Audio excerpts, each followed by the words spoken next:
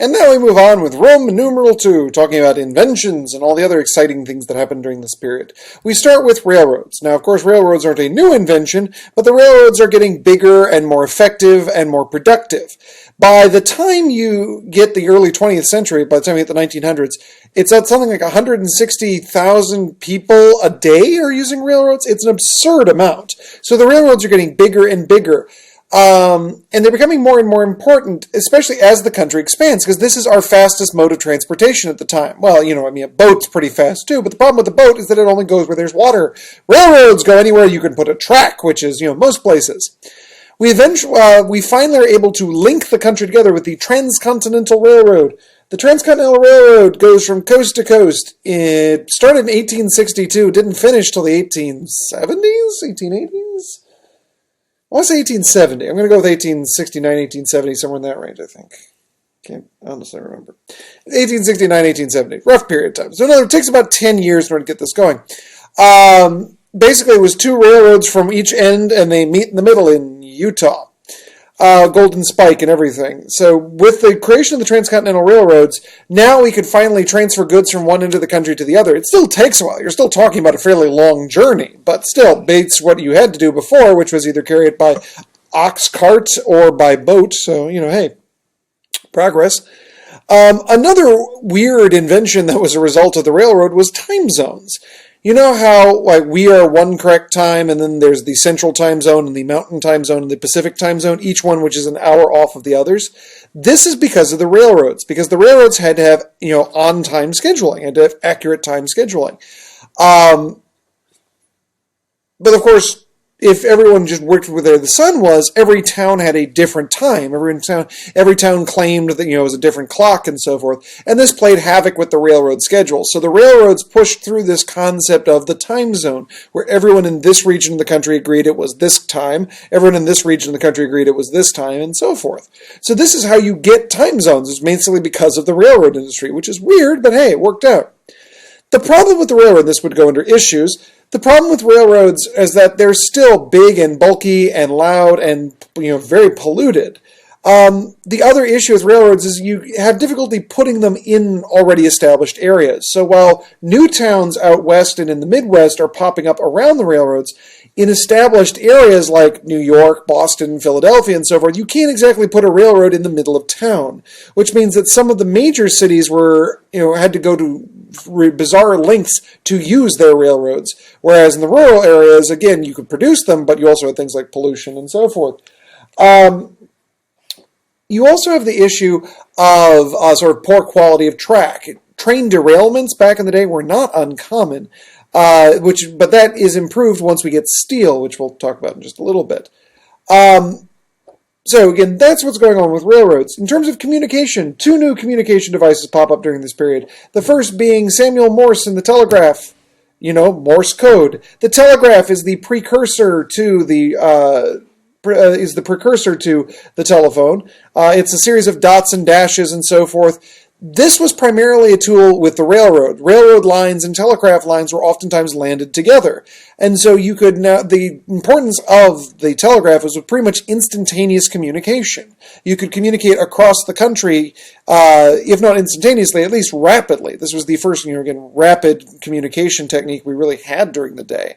Of course, it required telegraph wire, and also required an operator who knew Morse code, but not the point. By the time you hit the 1890s, you eventually get Alexander Graham Bell. Bell is the one who creates the telephone, or at least he's the one who gets credit for the telephone. There's a lot of evidence that he kind of swiped it, but as we'll talk about, he's not alone in that category. There were lots of people who swiped things. Alexander Graham Bell's invention, or his company, was going to become known as Atlantic Telephone and Telegraph. That's right, AT&T. That's him. Alexander Graham Bell creates AT&T. It stands for, again, Atlantic Telephone and Telegraph. That's him. We leave behind communication and talk about electricity and Thomas Edison, the Wizard of Menlo Park. Thomas Edison is a very odd figure in U.S. history, let me put it that way. I would say almost controversial. He gets a way more credit than he deserves because Edison is a prolific inventor. He's also a rabid thief. A lot of things that he gets credit for are not actually his inventions. He just was really good at self-promotion and stealing. Take, for example, the idea of the light bulb. The light bulb's actually not him. Louis Latimer is the guy who actually makes a light bulb productive. Edison's light bulb is not helpful. Latimer's the one who creates the filament in the light bulb that actually makes the light bulb practical. So again, while we always give Edison the praise for it, it's actually not quite right. Likewise, while Edison gets a lot of credit for wiring electricity, his technique that he creates is called direct current, or DC electricity. Direct current electricity is very powerful, but it's short distance and very expensive. Actual credit for wiring our homes with electricity should probably be given to George Westinghouse. Westinghouse created alternating current, or AC. It alternates.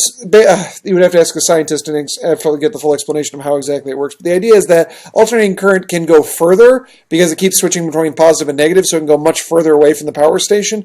It's weaker, but it also is cheaper. So Westinghouse's invention is probably the better one. But Edison was not about to let this get away from him, which sparks the War of the Currents. Between the two companies, you had Westinghouse Electric and Edison's, which was General Electric, or GE. That's right, they're still around too.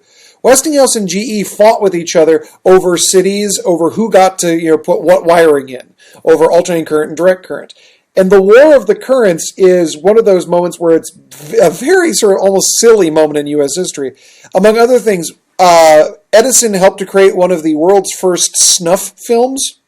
And you can find this on YouTube, I'm pretty sure, called Electrocuting an Elephant. Edison arranged to have an elephant, a circus elephant who had killed its trainer, to be electrocuted using alternating current to prove just how dangerous alternating current could be, in his opinion.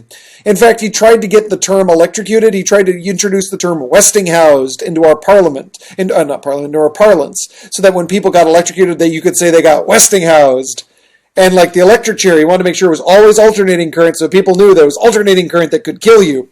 So yeah, Edison had some issues. We'll just put it that way. For those of you who are familiar with the name Nikola Tesla was also Edison's arch enemy. And Tesla did a lot of interesting things and worked with George Westinghouse and basically got run out of the country because Edison hated him. There's also a lot of evidence that Edison set fire to Tesla's house. Stuff like that. Edison had issues, is my point. But in any case, a lot of good does come out of the War of the Currents. The good thing to come out of the War of the Currents is that everybody, or major cities, get wired. Westinghouse and Edison are willing to spend millions of their own dollars to put wiring in big cities just so that customers can have it, and eventually pay the power company for it. So without the War of the Currents, it's doubtful we actually would have had publicly available electricity. Still, we move on now finally to steel. Steel is the process by which you purify iron and you remove its impurities, I should say. The process of making steel, at least making steel efficiently, is called the Bessemer process. It basically involves superheating the iron using what's called coking coal, or just coke. By superheating the iron, again using coking coal, you help to remove the impurities in the iron, which makes it strong and makes it steel. This steel helps allow us to build taller buildings and so forth. I think at some point we get into Otis. Do we not?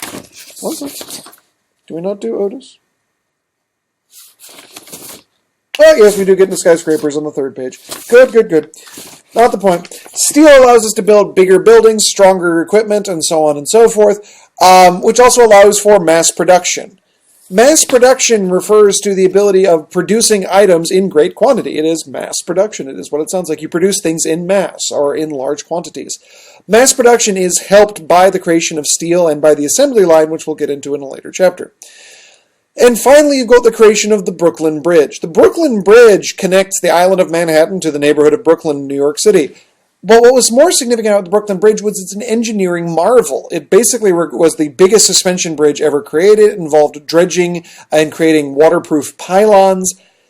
the creation of the Brooklyn Bridge, first of all, was a huge boon for New York City. It helped them grow and become prosperous. But more than that, it became a symbol of America on the grow. The idea being that there's nothing we can't do. You said we couldn't build a bridge this big and then this water, but by God, that's just what we've done. And so again, the Brooklyn Bridge became symbolic of America and the rise as we enter the 20th century. So, okay, that just about takes care of Roman numeral 2. Now we'll talk about Roman numeral 3, where we talk about the robber barons and so forth. So, see you in a minute.